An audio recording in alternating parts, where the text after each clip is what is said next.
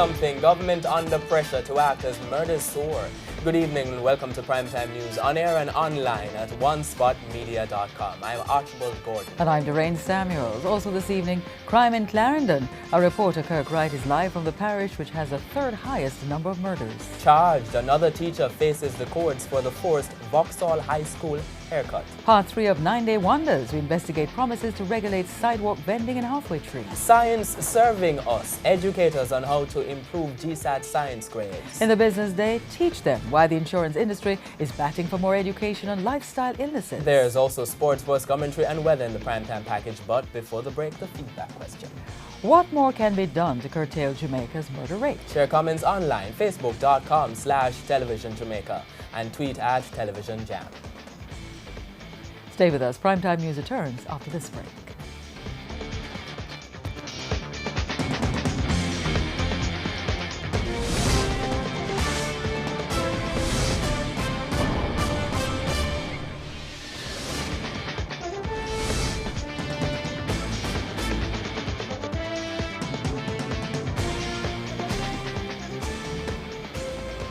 Welcome back to Primetime News. Special welcome if you're watching on onespotmedia.com. A reminder as well that you can download our One Spot Media app in the Google Play Store or the App Store. That's the number 1 followed by the word Spot and Media. In the wake of a bloody 2 weeks, the government is in the line of fire for what the opposition calls its failure to tame the crime monster. Scores of people have been killed across the country in the past 2 weeks, and today the opposition People's National Party put pressure on the government to do something right now. The PNP made its position known at a press conference at the party's Old Hope Road headquarters in St. Andrew today. TVJ's Jeline Pearson was there. The opposition quoted a 19% increase in murders when compared to 2016 and a whopping 137 murders last month alone. The opposition says it has tried to reach out to the government to create a national crime eradication plan, but to no avail. What we are seeking is not a conversation between the minister and the opposition spokesman, nor are we seeking a conversation between the PNP and the JLP in this matter. There are other critical stakeholders. For his part, opposition spokesman on national security Peter Bunting said he's disappointed that what he called a successful Unite for Change initiative has been, as he claimed, all but abandoned. Additionally, the opposition views as unnecessary the government's recent tabling of a zone of special operation bill that would allow the security forces to tackle problem communities. Even so, Mr. Bunting says the bill has been sent to a Gordon House committee that's yet to meet. Updated national security policy, the investment we did in upgrading a lot of the technology of the forensic lab, of the police themselves, the investments in the new protected mobility squadron for the JDF. All of these were positive contributors. In the meantime, Dr. Peter Phillips insists that the previous PNP government left adequate laws in place that could be used to fight crime. It is not our view that the answer to this crime problem is simply to unleash more draconian measures in communities beyond that which is already provided for. Dr. Phillips believes that the national problem of crime is quickly spiraling. Jamaican people are being killed unnecessarily. They are living in fear in their communities. They need some coherent and comprehensive response that will address that predicament which they are facing, and that is not being provided by the government led by the Prime Minister. Jeline Pearson, TVJ News. Meanwhile, criminals in Clarendon have been busy killing over a dozen people in the space of 2 weeks. TVJ's Kirk Wright is in the parish, but before we get to Kirk, for a bit of context, Archie is at the smartboard. Thank you, Doreen. You're entirely correct, Doreen. This has indeed been a brutal, bloody 2 weeks in Clarendon. In a moment, as you mentioned, we're going to be joining our reporter Kirk Wright to get a sense of how residents have been coping and how crime has affected the parish. But just to give you a sense of what we have been seeing, many of the murders have taken place in the parish capital itself, Maypen, Clarendon. Now, this is a community that comprises roughly about 16 communities, roughly about 60,000 people, and some of the more brutal murders have occurred in some of the more populated areas. Take, for instance, the Sevens Road area, for instance. This area right here, let's just get to Sevens Road in a minute. Sevens Road area here, this area, where just last week 2 teenagers were killed, one of them a pregnant 17-year-old, one of 2 brutal murders of pregnant women which occurred last week. That's the Sevens Road area. Now, this is a part of the parish which comprises, part of Maypen, I should say, which comprises roughly about 23% of the population of the parish. So we're talking about a relatively densely populated area, not just areas like Sevens Road, but other areas like Farm a little further off, Bushy Park, Hazard, all the communities in this general area, as we said, account for roughly about 23% of the population of Maypen. So we're talking about, again, some very densely populated areas. But it is important to point out as well, before we get to Kirk, that while Maypen Clarendon has been at the center, perhaps one could say, of crime in the parish, overall,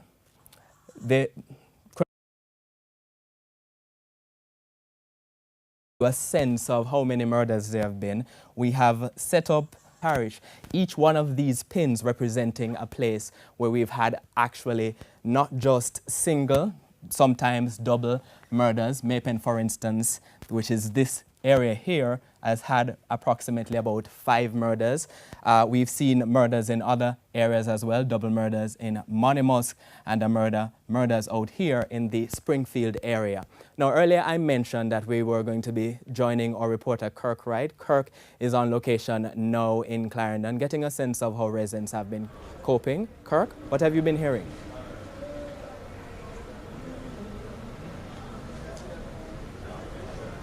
Thanks, Archie. And I want to start by telling you that some communities in Clarendon are tense right now because of the spate of murders and a triple murder in one instance in New Boynes.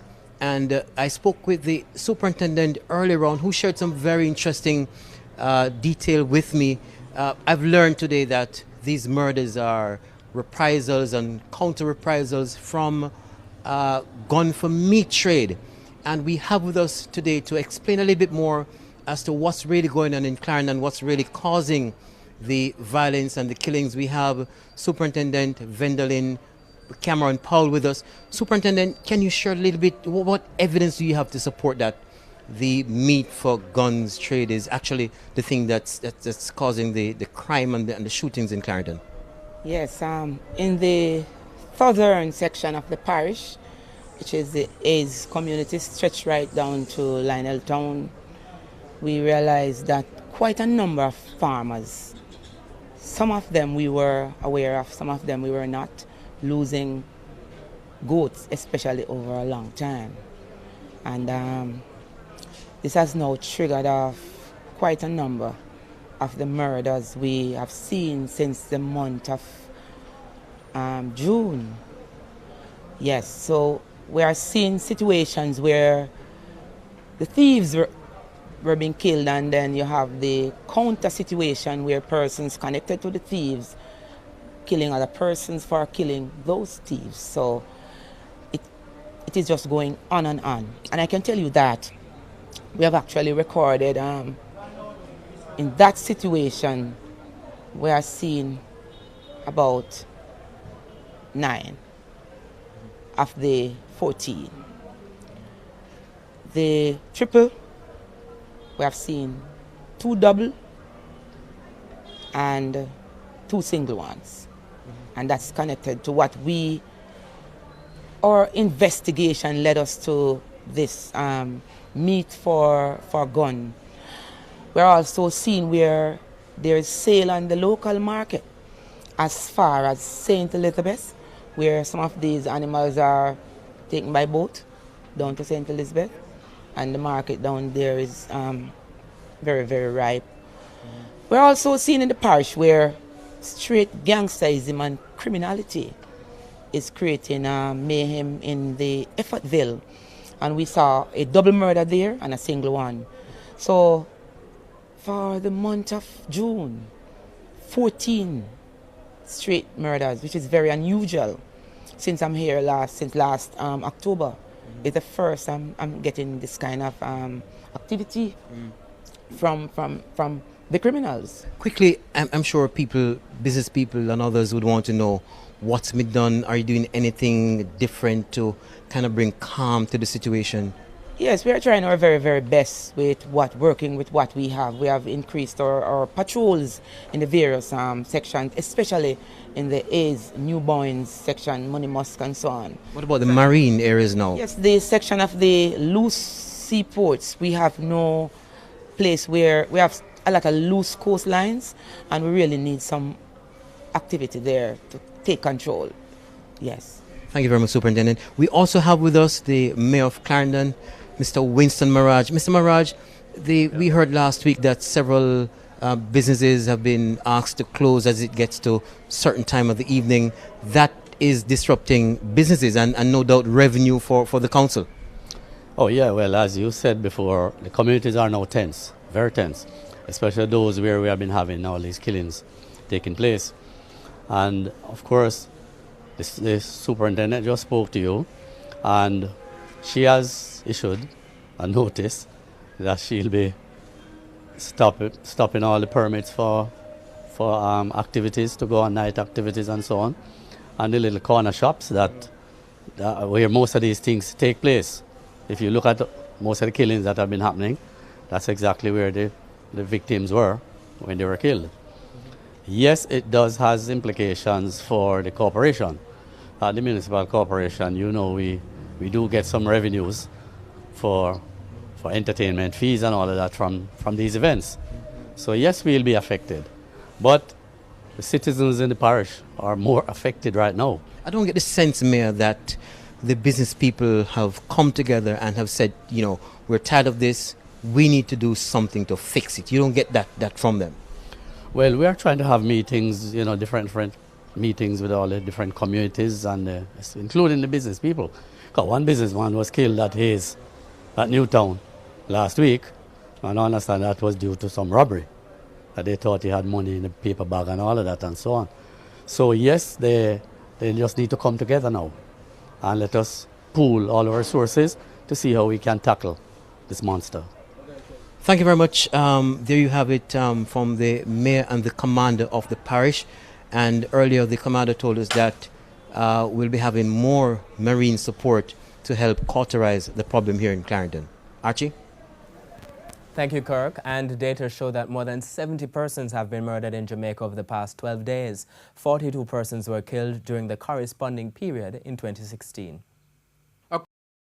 Periodic serious and violent crimes review from the Jamaica Constabulary Force, 639 persons were murdered between January 1 and June 10.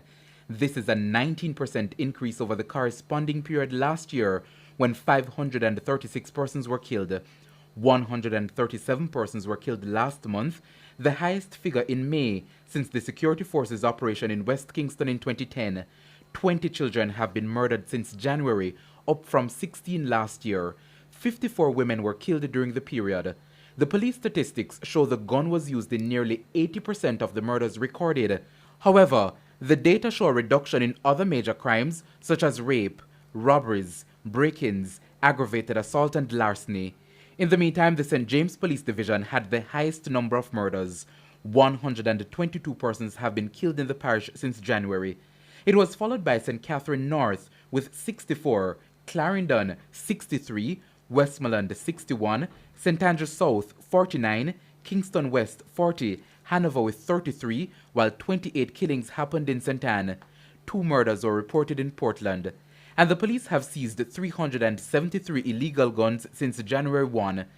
This included 24 high-powered weapons, 11 submachine guns, 231 pistols and 59 revolvers. Nearly 6,000 persons have been charged with various crimes since January, 1,700 of them by the Criminal Investigation Branch. Vashon Brown, TVJ News. A top story this evening, do something. Government being put on pressure to act as murders soar. Still ahead, part 3 of 9-Day Wonders. We investigate promises to regulate sidewalk vending and halfway tree.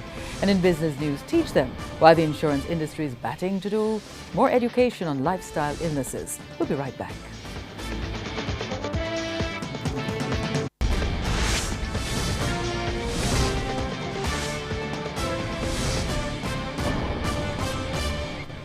Welcome back. Continuing the news, a primetime news follow-up now. Paul Grosset, the 4th Vauxhall High teacher, accused of pinning down a male student and forcibly cutting his hair nearly 2 weeks ago, appeared in court today where the case against him was mentioned. Mr. Grosset, who pleaded not guilty to assault charges, is returned to court on July 20, along with the other 3 teachers accused in the case. Prosecutors today reported that the medical certificate was still outstanding. The other teachers, Carl Samuels, Fabian Brown and Jerome Grosset, appeared in the St. Andrew Parish Court on Thursday. They have been suspended by the school board and will be subjected to a full disciplinary hearing later this month. Their suspension comes with a reduction in their salary.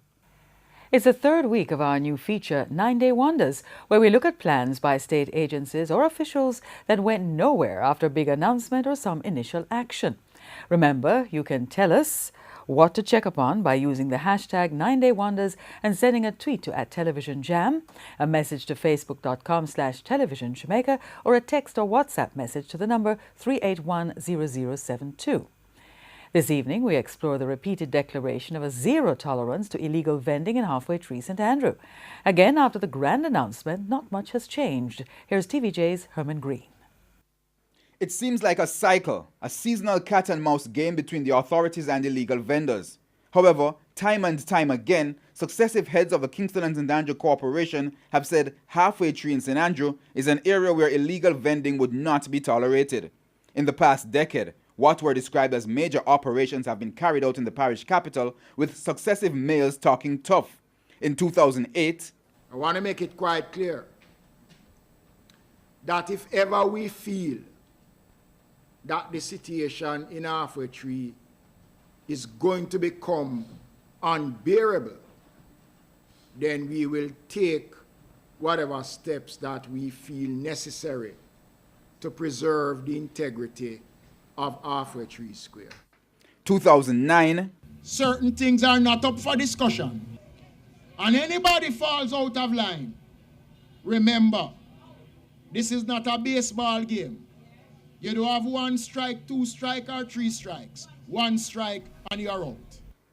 and pretty much every year right up to last year, 2016. Some are on the sidewalk, some are really protruding in the road.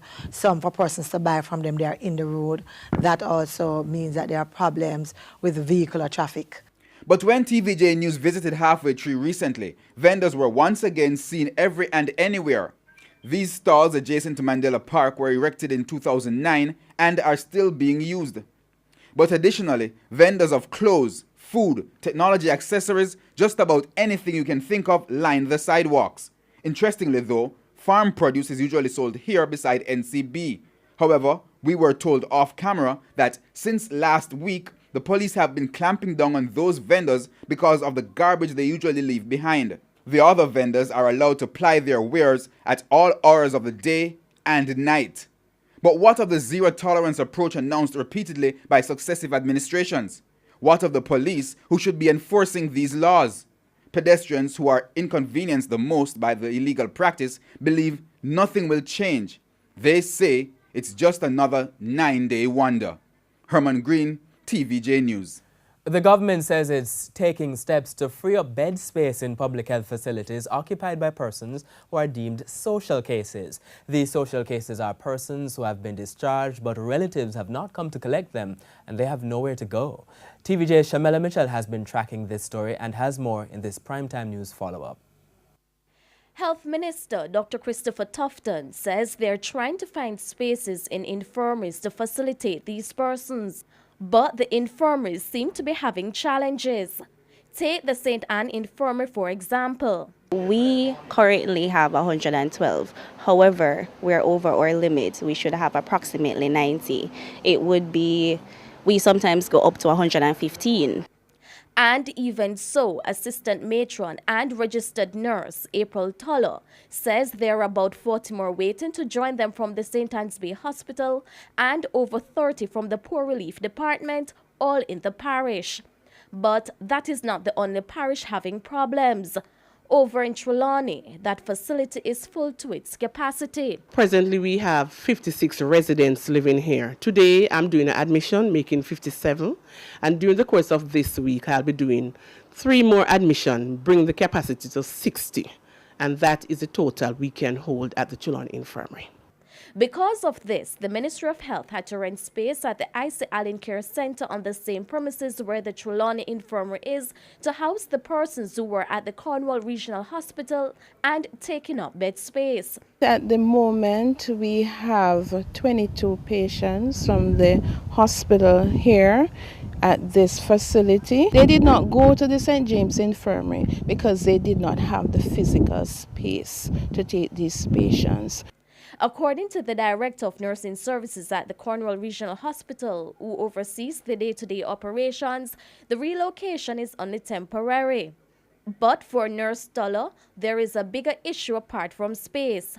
There are medical challenges that staff at the facility are grappling with. The last patient we had was a female. She had a broken limb. Not sure how the inspector knew about her, but someone died the morning, she came in by the evening. So she doesn't speak, but she helps herself. And she's about 80-something, thereabouts. She's about 83.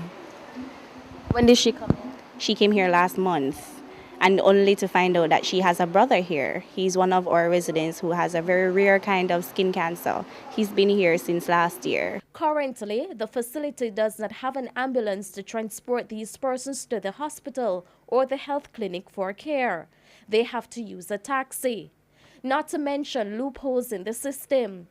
Nurse Toller said there is a clinical assessment that every resident must do before they are accepted to the facility, but sometimes that form overlooks certain criteria. We have a lot of mental health residents coming in who they're left here either unknowingly, they don't know they're coming here, and because of that, they're boisterous, they're violent, they hurt some of our PCAs at times, and because of that, we have to send them to the hospital for them to be cared for. Sometimes they're admitted, sometimes we have to send them back home because we cannot handle the situation here with our kind of facility and the PCA resident ratio that we have. We would love to have, some more volunteers, physiotherapists, more doctors coming in, dietitians coming in to assist us. We're only 2 registered nurses to 100 residents.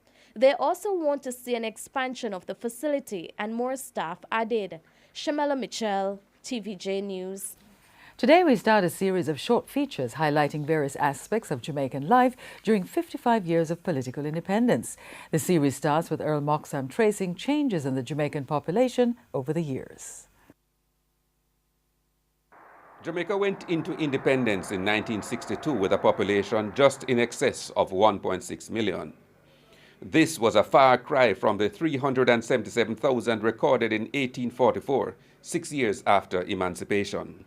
At the last census conducted by the Statistical Institute of Jamaica in 2013, the population had grown to 2,714,734. A 2014 estimate placed the population at 2.72 million, and according to the latest World Population Review, the estimate for 2016 could be as high as 2.813 million, while other sources such as the CIA's World Fact Book place it even higher at 2.9 million. The gender balance of the world's population generally reflects a 1-to-1 ratio, with slight variations one way or the other in various countries. Historically, Jamaica has had slightly more females than males.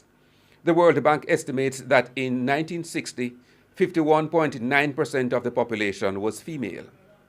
The margin of difference has fallen significantly in the more than half a century since then, with females in Jamaica in 2015 estimated to have been 50.2% of the total population.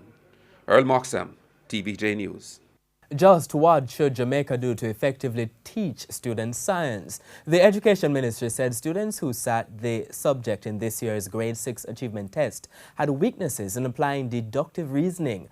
But this evening, teachers say there are more various ways to get students to better understand science. TVJ's Vashon Brown has this Primetime News follow-up. Students who sat science in this year's Grade 6 Achievement Test GSAT did not do as well as those who sat the exam last year.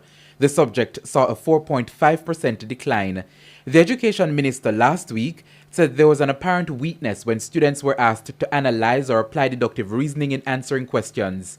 Valerie Morgan works at the Michael University, an institution that trains teachers. She says some teachers might not have the science teaching skills. Remember that the primary program that they would have gone through is like a generalist approach. And so people have their preferences and their natural tendencies. And the average primary teacher may not necessarily be also a good science teacher.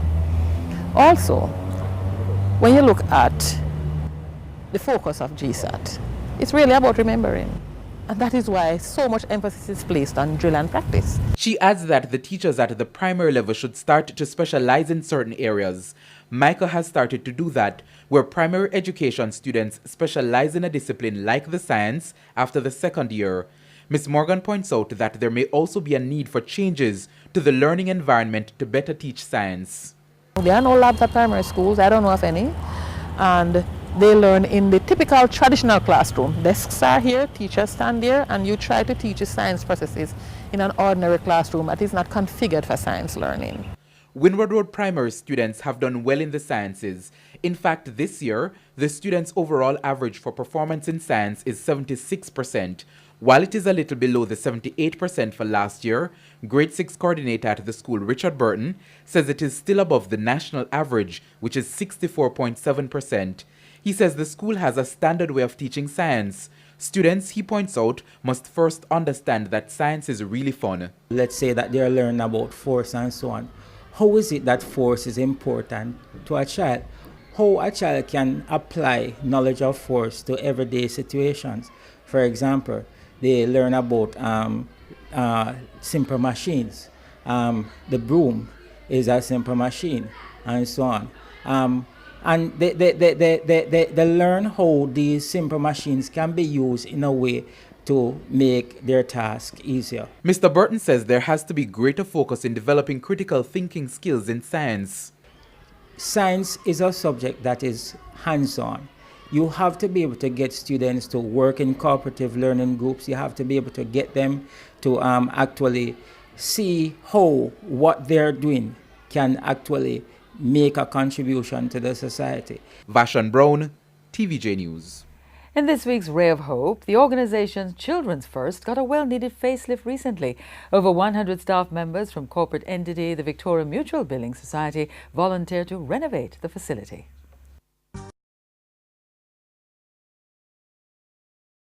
You know, when a little paint go on a building, it makes it look new and fabulous.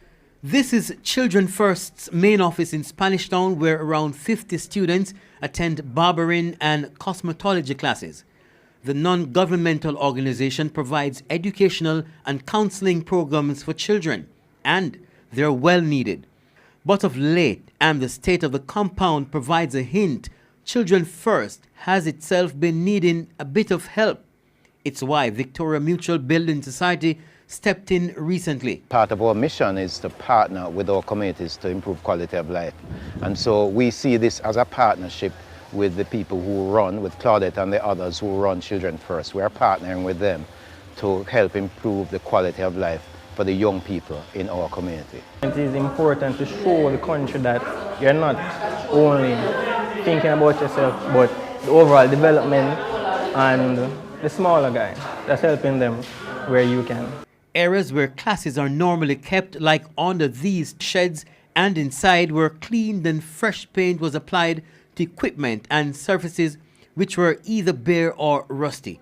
Even this old bus, which is used to store desks and chairs, was cleaned up. I volunteered because I believe that volunteerism offers an opportunity to define the future, rather than sitting around waiting on others to define it. If I'm able to help the less fortunate or anyone in need of some upliftment, some encouragement, and I'm able to give up my time or resources, I would be always happy to volunteer.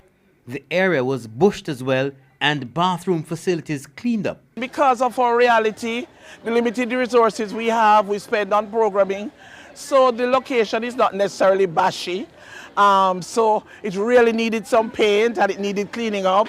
So it's a really good opportunity. Everybody just come in to clean and make the place feel good. It's already feeling new. Co-founder and executive director of the Children's First, Claudette Pio, says the facility will get more notice. And that's important in terms of continued work and support. And it's a very important posture because it's not about money. It's not about money, it's about the love and the feeling and the everything that goes with it. It's about the volunteerism and the volunteer spirit. I think it is very important. All of these young people have great potential, and it just requires a few of us to invest in them. It may be a little time to do teaching or mentoring, to just share even one day, but it may be the effort to come and help to refurbish. It may cost you some cash to donate books or equipment. Whatever it is, just find out how you can get involved. I'm sure it will be appreciated, but most importantly, we would have made a difference in even one life. I am Kirk Wright with a ray of hope. A pleasant evening to you. I'm Dwayne Burbick with your Business Day. The Insurance Association of Jamaica, IAJ, is calling for more public education when it comes to health and insurance as the cost of care continues to stack up. The call came from Peter Levy, the Vice President of the Insurance Association of Jamaica, the IAJ. Dashan Hendricks reports. Billions in payments are made each year for insurance claims. Last year alone, insurance companies paid out $20 billion for individual life benefits and $17 billion for group health benefits. But a lifestyle and an aging population suggest even more could be paid out in the future. Critical illness insurance now represents 25% of new policies sold, as more and more persons recognize the need to protect themselves against illnesses such as cancer, heart attacks, and strokes. These are illnesses which cause financial strain, and that is why insurers, despite being there to make payouts, want Jamaicans to take these illnesses, which are exacerbated by lifestyles, seriously. There's a need for more public education, but more importantly for individuals to take personal responsibility for their health. Even more so, since most people do not have insurance to help pay for health care, only 25% of Jamaicans now have group health insurance. Which leaves 75%, which 75% puts tremendous pressure on that underfunded and overwhelmed public health system. So it's critical for the country, and it is it should be an imperative for the industry to seek to grow the penetration of health insurance. Overall, though, he wants more prevention because the cost of the cure is getting more prohibitive. For the Business Day, I am Dashan Hendricks. Currency trading ended today with the US dollar selling for $129.58. The Canadian dollar is being sold for $96.76. The pound sterling now costs $164.67, while the euro is selling for $144.29. And stocks ended mostly lower in trading today, leading the main JSE market index down more than 2,131 points, while the junior market index lost 39. The winners of the day included Carib Cement, Dolphin Cove, NCB Financial Group, Proven Investments, Salada Foods, and T-Tech. On the losing end were 1834 Investments, Cargo Handlers, ISP Finance, Jamaica Stock Exchange, Jetcon, Panjam, the Sagicor Group, and Seprod. And that's your Business Day. I'm Dwayne Burby. Good evening.